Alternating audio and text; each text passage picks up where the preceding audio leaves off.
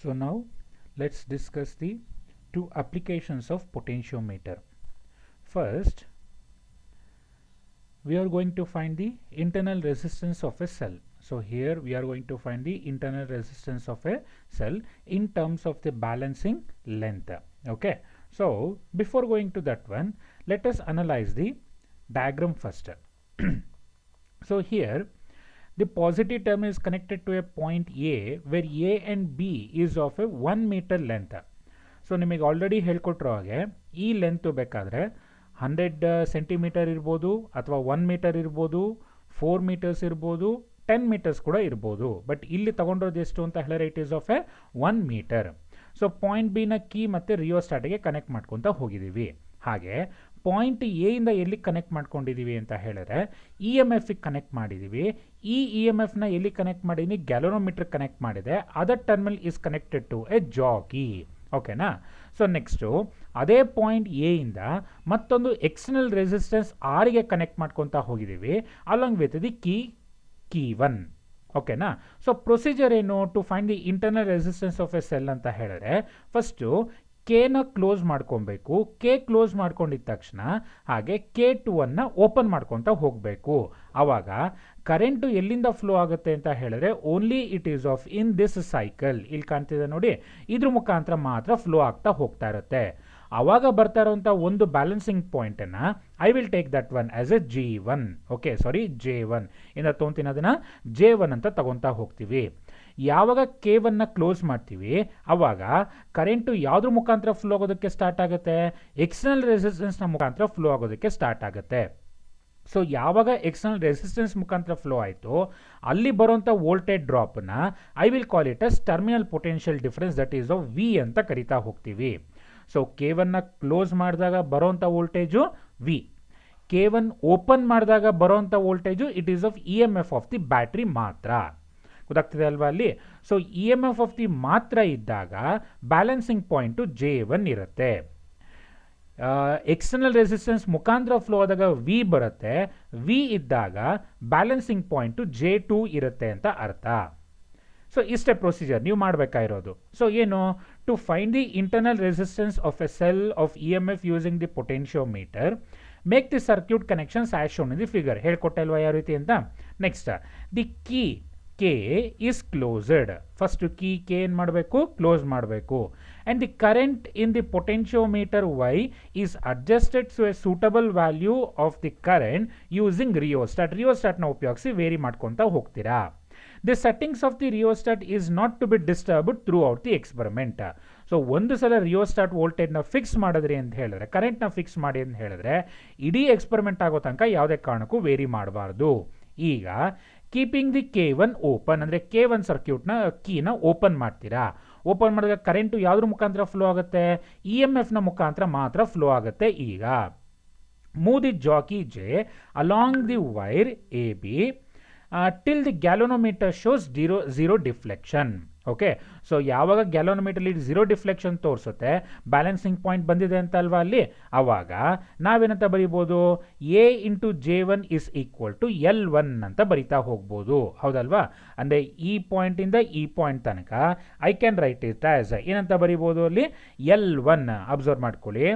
So ಇಲ್ಲಿಂದ ಇಲ್ಲಿ ತನಕ I will write it as L1 ಅಂತ, ಅಂದರೆ balancing length L1 which must be equal to distance J1 ಆಗಿರುತ್ತೆ. From the principle of potentiometer, so potentiometer principle ಪ್ರಕಾರ ಏನಂತ ಹೇಳ್ಬೋದು? ಸಿನ್ಸ್ ನೆನ್ನೆ ಹೇಳ್ಕೊಟ್ಟೆ, ಸಾರಿ ಹಿಂದೆ ಸ್ವಲ್ಪ ಹೊತ್ತು ಮುಂಚೆ ಹೇಳ್ಕೊಟ್ಟಿದ್ವಿ. ಏನಂತ ಹೇಳ್ಕೊಟ್ಟಿದ್ವಿ ಹೇಳಿ ಅದನ್ನು ಅಲ್ಲಿ? That is of V is proportional to L or V is equal to 5 into L ಅಂತ ಹೇಳ್ಕೊಟ್ವಿಲ್ಲ ಪೊಟೆನ್ಷಿಯೋಮೀಟರ್ನ. ಸೊ ಅದನ್ನೇ ಇಲ್ಲಿ ಹಾಕೊಂತ ಬರ್ತಾ ಇದ್ದೀವಿ ಈಗ. ದಟ್ ಈಸ್ ಆಫ್ ವಿ ಬದಲು ಯಾವ ಇ ಎಮ್ ಎಫ್ ಇದೆ ಅಂದರೆ ಇ ಇದೆ. ಓಕೆನಾ? ಸೊ ಅದಕ್ಕೋಸ್ಕರ ಇ ಇಸ್ ಈಕ್ವಲ್ ಟು ಏನು ಹಾಕೊತೀನಿ? 5 ಇಂಟು L1, ವೇರ್ L1 ಅಂತ ಹೇಳಿದ್ರೆ ಇದೇನೆ ಅಲ್ಲಿ. ಅಂದರೆ ಇ ಎಮ್ ಎಫ್ ಅಪ್ಲೈ ಮಾಡಿದಾಗ ಎಷ್ಟು ಲೆಂತ್ ಬಂತು? L1 ಅನ್ನೋ ಲೆಂತ್ ಬಂತು. ಓಕೆ, ನಾವು ಸೆಕೆಂಡ್ ಸ್ಟೆಪ್ ಏನು ಮಾಡ್ತೀವಿ ಅಂತ ಹೇಳಿದ್ರೆ ಕೀವನ್ನು ಕ್ಲೋಸ್ ಮಾಡ್ಕೊತಾ ಹೋಗೋಣ. ಯಾವಾಗ ಕೀವನ್ನು ಕ್ಲೋಸ್ ಮಾಡ್ತೀವಿ a suitable resistance R is removed from the box. ಯಾವುದೋ ಒಂದು ರೆಸಿಸ್ಟೆನ್ಸ್ ವ್ಯಾಲ್ಯೂನ ತೆಗೆದು ಹಾಕೋದು. ನಾವು the jockey J is slide along through the wire AB till the galvanometer deflection shows the zero value. ಓಕೆನಾ. So first balancing length L1 ಇತ್ತು, ಅವಾಗ EMF ಮಾತ್ರ ಅಪ್ಲೈ ಮಾಡಿದ್ವಿ. ಈಗ ಕೀ 1 ಕ್ಲೋಸ್ ಮಾಡಿದ ತಕ್ಷಣ ಕರೆಂಟು ಯಾವುದ್ರ ಮುಖಾಂತರ ಫ್ಲೋ ಆಗೋದಕ್ಕೆ ಸ್ಟಾರ್ಟ್ ಆಯಿತು, ರೆಸಿಸ್ಟೆನ್ಸ್ ಮುಖಾಂತರನೂ ಫ್ಲೋ ಆಗೋದಕ್ಕೆ ಸ್ಟಾರ್ಟ್ ಆಗ್ತಾ ಹೋಯಿತು, ಹೌದಲ್ವಾ. ಸೊ ಆವಾಗ ಯಾವಾಗ ಇದ್ರ ಮುಖಾಂತರ ಫ್ಲೋ ಆಯಿತು ಕರೆಂಟು, ಬ್ಯಾಲೆನ್ಸಿಂಗ್ ಲೆಂತ್ನ ಅಡ್ಜಸ್ಟ್ ಮಾಡ್ಕೊತಾ ಹೋಗಬೇಕು. ಬ್ಯಾಲೆನ್ಸಿಂಗ್ ಲೆಂತ್ ಬಂತು ಅಂತ ಹೇಳಿದ್ರೆ ಯಾವ ಪಾಯಿಂಟಿಗೆ ಬರುತ್ತೆ, J2 ಹತ್ರ ಬರುತ್ತೆ. There four A into J2 ಅನ್ನೋ ಲೆಂತನ್ನು I will take it as L2 ಅಂತ ತಗೊತಾ ಹೋಗ್ತೀವಿ. ಅರ್ಥ ಆಗ್ತಿದೆ ಅಲ್ವಾ ಹೇಳ್ತಾ ಇರೋದಲ್ಲಿ. Okay, so A into J2 is of L2 ಆಗ್ತಾ ಹೋಗಿರುತ್ತೆ. ಹಾಗಾದರೆ ಏನಂತ ಬರಿಬೋದು ಅದನ್ನು, I can write it as A into J2 is equal to L2 from the principle of potentiometer. PD ಅಂದರೆ potential difference across is L, that is of V is equal to 5 into L2. ಓಕೆನಾ. So first apply ಮಾಡಿದ್ದು ಬರೀ V ಇತ್ತು, next apply ಮಾಡಿದಾಗ ಏನು ಬಂತು, V ಬಂತು. Therefore V is equal to ಏನಾಗುತ್ತೆ, L2 ಆಗ್ತಾ, ಅಂದರೆ V is equal to 5 into L2 ಆಗುತ್ತೆ. E is equal to 5 into L1 ಆಗ್ತಾ ಹೋಗುತ್ತೆ. So let us divide equation 1 and 2, that is of E divided by V is equal to 5 divided by 5 into L1 divided by 5 into L2, wear 5 ಮತ್ತು 5 ಏನಾಗುತ್ತೆ, cancel ಆಗ್ತಾ ಹೋಗುತ್ತೆ. 5 ಮತ್ತು 5 cancel ಆಯಿತು ಅಂತ ಹೇಳಿದ್ರೆ ಉಳ್ಕೊಂಡಿದ್ದು ಏನು ಬರಬೇಕು ಅಲ್ಲಿ, E divide by V is equal to L1 divide by L2. ಬೇರೆ E ಇಸ್ ಈಕ್ವಲ್ ಟು ನಮಗೆ ಫಾರ್ಮುಲಾ ಗೊತ್ತಿದೆ, ಏನಂತ, I into R plus R. So already ಇದನ್ನು ಗೊತ್ತಿದೆ ನಿಮಗೆ ಅಲ್ಲಿ. And V is equal to Ohm's law ಪ್ರಕಾರ ಏನು ಬರಿಬೋದು, I ಇಂಟು R ಅಂತ ಬರಿಬೋದು, ಹೌದಲ್ವಾ ಅಲ್ಲಿ. ದೇರ್ ಫೋರ್ ಇಲ್ಲಿ ಯಾವ ಕ್ವಾಂಟಿಟೀಸ್ ಕ್ಯಾನ್ಸಲ್ ಆಗುತ್ತೆ ಅಲ್ಲಿ, ಐ ಮತ್ತು ಐ ಏನಾಗ್ಬೋದಪ್ಪ, ಕ್ಯಾನ್ಸಲ್ ಆಗ್ತಾ ಹೋಗುತ್ತೆ, ಹೌದಲ್ವಾ. ಹಾಗಾದರೆ R divided by R plus R is equal to L2 divide by L1. Since so E is equal to 1 plus R into R ಅಂತ ಸಬ್ಸ್ಟಿಟ್ಯೂಟ್ ಮಾಡ್ಕೊಂಡಿದ್ದೀರಾ, ಹಾಗೆ V is equal to I plus R ಅಂತ substitute ಮಾಡ್ಕೊಂಡಿದ್ದೀರಾ. ಅವಾಗ I ಮತ್ತು I cancel ಆದರೆ R plus R is equal to ಏನು ಉಳ್ಕೊಳೋದು, divided by R is equal to L1 by L2. ಈ ಇಕ್ವೇಷನ್ನ ಸ್ಪ್ಲಿಟ್ ಮಾಡ್ಕೊತಾ ಹೋಗೋಣ. Okay, so this is of N reason that's all. Okay, ಏನಕ್ಕೆ ಉಪಯೋಗಿಸಿದ್ದೀವಿ ಅಂತ ರೀಸನ್ ಅಷ್ಟೇ ಇದು ಅಲ್ಲಿ. ಹಾಂ, ಸೊ ಈಗ ಸ್ಪ್ಲಿಟ್ ಮಾಡ್ಕೊಳ್ಳೋಣ. R ಬೈ R ಅಂತ ಹೇಳಿದ್ರೆ ಏನು ಬರುತ್ತೆ, 1 plus small R divided by capital R is equal to L1 divide by L2. So plus 1ನ ಲೆಫ್ಟ್ ಹ್ಯಾಂಡ್ ಸೈಡಿಗೆ ಕರೆಸ್ಕೊಂಡ್ರೆ L1 minus L1 divided by L2 minus 1 is equal to LCM ಏನಾಗುತ್ತೆ, L2 ಆಗುತ್ತೆ. Therefore L1 minus L2 divided by L2 ಆಗುತ್ತೆ. So small R divided by R is equal to ಏನು ಬರ್ತಾ ಹೋಗಬೇಕು, L1 minus L2 divided by L2 ಬರ್ತಾ ಹೋಗುತ್ತೆ. ಇಲ್ಲಿ steps ತೋರಿಸಿಲ್ಲ, ಈ ರೀತಿ ಮಾಡ್ಕೊಂಡಿದ್ದೀವಿ. ಅಬ್ಸರ್ವ್ ಮಾಡ್ಕೊಳ್ಳಿ, 1 plus R divided by R is equal to L1 divided by L2 ಇದೆ ನಮಗೆ. ಸೊ ನಾನೇನು ಮಾಡ್ತೀನಿ, R divided by capital R is equal to L1 divided by L2 minus 1 ಅಂತ ಬರ್ಕೊತೀವಿ. Therefore R is equal to capital R into ಇದಕ್ಕೆ LCM ಏನು ಬರುತ್ತಪ್ಪ, L2. So L1 minus L2 divide by ಏನು ಬರುತ್ತೆ, L2. That is of ಇಲ್ಲಿ ಕೊಟ್ಟಿರುವಂಥ formula ಅದು. ಅರ್ಥ ಆಗಿದೆ ಅಲ್ವಾ ಅಲ್ಲಿ. So it is very very simple. ಅಂದರೆ ಸ್ಮಾಲ್ ಲೆಟರ್ ಆರ್ನ ಕಂಡುಹಿಡ್ಕೊಂಡಿದ್ದೀವಿ. ಸೊ ಕ್ಯಾಪಿಟಲ್ ಆರ್ ಎಷ್ಟು ತೆಗೆದೆ ಅಂತ ವ್ಯಾಲ್ಯೂ ಗೊತ್ತಿದೆ ನನಗೆ, ಇಲ್ಲಿ ಎಷ್ಟು ರಿಮೂವ್ ಮಾಡಿಕೊಂಡೆ ಅಂತ. ಅದು ರಿಮೂವ್ ಮಾಡಿದ್ರೇ ಬ್ಯಾಲೆನ್ಸಿಂಗ್ ಲೆಂತು ಬರ್ತಾ ಹೋಗೋದು ಅಲ್ಲಿ. ನೆಕ್ಸ್ಟು L1 ಗೊತ್ತಾಗಿರುತ್ತೆ, L2 ಗೊತ್ತಾಗಿರುತ್ತೆ. So this is the expression for the internal resistance of a cell in terms of the balancing length using the potentiometer. ಅರ್ಥ ಆಗ್ತಿದೆ ಅಲ್ವಾ ಅಲ್ಲಿ. ಸೊ L1 L2 ಮತ್ತು ಆರ್ನ ಕಂಡುಹಿಡ್ಕೊಂಡ್ರೆ small letter internal resistance of this ಸೆಲ್ನ ಕಂಡುಹಿಡಿತಾ ಹೋಗ್ಬೋದು. ಇದು ಕೂಡ ಲ್ಯಾಬಲ್ಲಿ ನೀವು ಮಾಡ್ತಾ ಹೋಗ್ತೀರಾ ಎಕ್ಸ್ಪೆರಿಮೆಂಟ್ನ. ಓಕೆ, ಸೊ ನೆಕ್ಸ್ಟ್ ಅಪ್ಲಿಕೇಶನ್ ಬಂದು it is the comparison of EMF using potentiometer ಅಂತ ಕರಿತಾ ಹೋಗ್ತೀವಿ. ಓಕೆನಾ. So it is of very very important. First circuit ಡಯಾಗ್ರಾಮ್ನ ಅಬ್ಸರ್ವ್ ಮಾಡ್ಕೊತಾ ಬರೋಣ. ಫಸ್ಟ್ ಸರ್ಕ್ಯೂಟ್ ಡಯಾಗ್ರಾಮಲ್ಲಿ ನೋಡಿರೋ ಹಾಗೇನೆ, ಸೊ ಆಲ್ರೆಡಿ ಡಯಾಗ್ರಾಮ್ನ ಅಬ್ಸರ್ವ್ ಮಾಡಿರಲ್ವ ಅಲ್ಲಿ. ಸೊ ಮತ್ತೆ ಹೇಳ್ಕೊಡೋಂಥ ಅಗತ್ಯ ಇರೋದಿಲ್ಲ. ಸೊ ಇಲ್ಲಿ ಏನು ಮಾಡ್ತೀವಿ ಅಂತ ಹೇಳಿದ್ರೆ ಎಕ್ಸಾ ಸರ್ಕ್ಯೂಟ್ನ ಯಾವ ರೀತಿ ತಗೊತೀವಿ ಅಂತ ನೋಡ್ತಾ ಹೋಗೋಣ.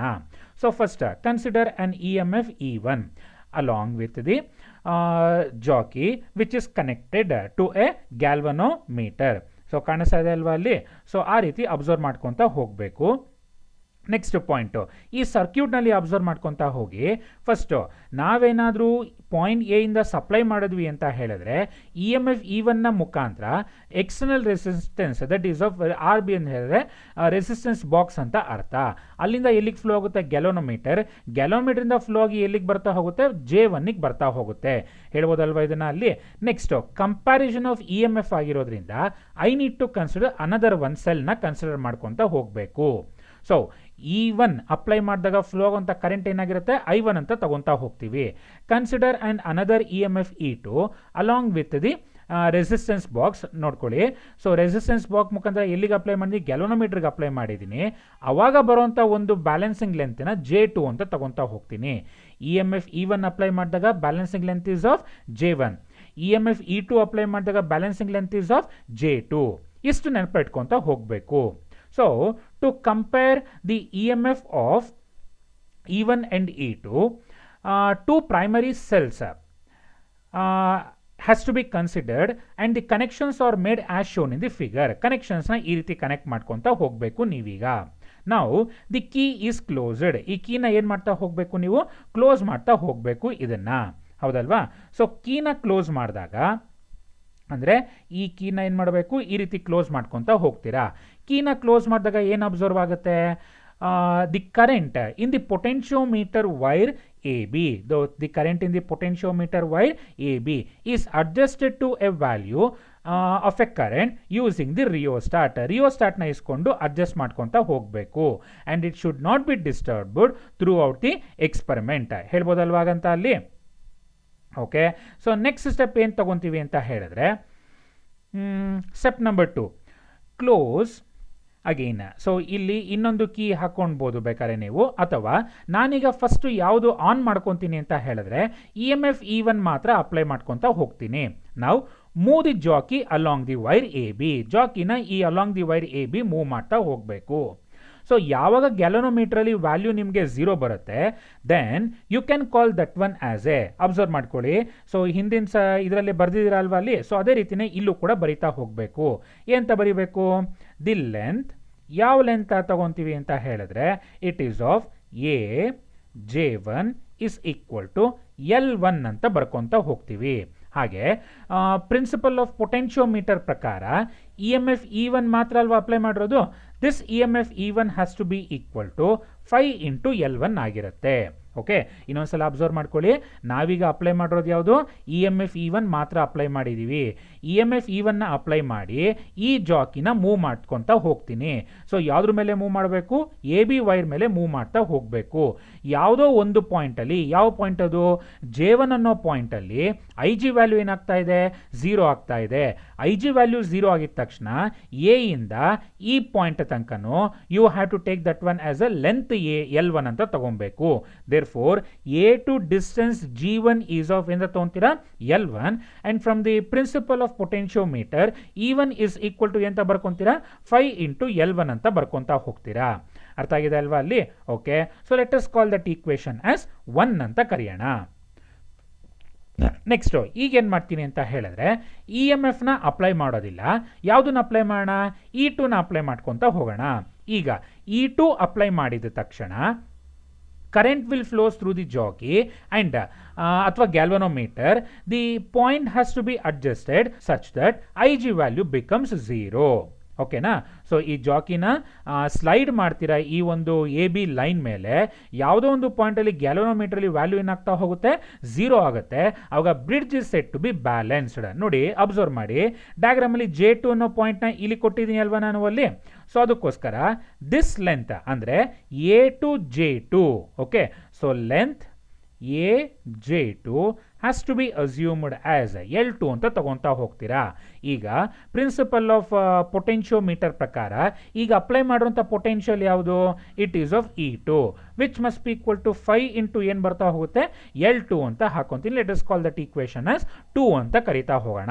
Now let us divide equation 1 by 2, that is of E1 divided by E2 is equal to 5 × L1 divided by 5 × L2. ಎರಡು ಕ್ಯಾನ್ಸಲ್ ಆಯಿತು ಅಂತ ಹೇಳಿದ್ರೆ ಏನು ಉಳ್ಕೊಂತು? E1 divided by E2 is equal to L1 divided by L2. So ನಾವು we are going to compare the E M F of the cell. ಹೇಗೆ L1 ಮತ್ತು L2 ಅಥವಾ if L1 is greater than L2 then E1 ಏನಾಗ್ತಾ ಅಂದರೆ greater than ಆಗಿತ್ತು ಅಂತ ಹೇಳಿದ್ರೆ numerator ಜಾಸ್ತಿ ಇದೆ ಅಂತ ಅರ್ಥ. So say for example that is of 10/5 2 ಆಗುತ್ತೆ. Then E1 is equal to 2 times E2 ಆಗುತ್ತೆ ಅಲ್ವಾ ಅಲ್ಲಿ. ಅಂದರೆ ಏನಂತ ಕರಿಬೋದು, ಸಿಂಪಲ್ ಆಗಿ ನಾನು E1 is greater than E2 ಅಂತ ಕರಿಬೋದು, ಹೇಳ್ಬೋದಲ್ವಾ ಅಲ್ಲಿ. If L1 is greater than L2 then E1 is also greater than E2 ಆಗುತ್ತೆ. ಹಾಗೆ if L1 is equal to L2 ಆಯಿತು ಅಂತ ಹೇಳಿದ್ರೆ E1 ಈಸ್ ಈಕ್ವಲ್ ಟು ಏನಾಗಬೇಕು, E2.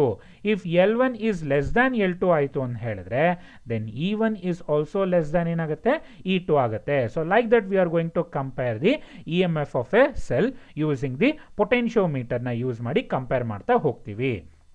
ಅರ್ಥ ಆಗಿದೆ ಅಲ್ವಾ ಅಲ್ಲಿ. ಸೊ ಫಾರ್ಮುಲಾ ಏನು ಬರಬೇಕು, E1/E2 is equal to L1 divided by L2. Okay, so now if you have any doubt on this 2 application, you can ask me now. Thank you.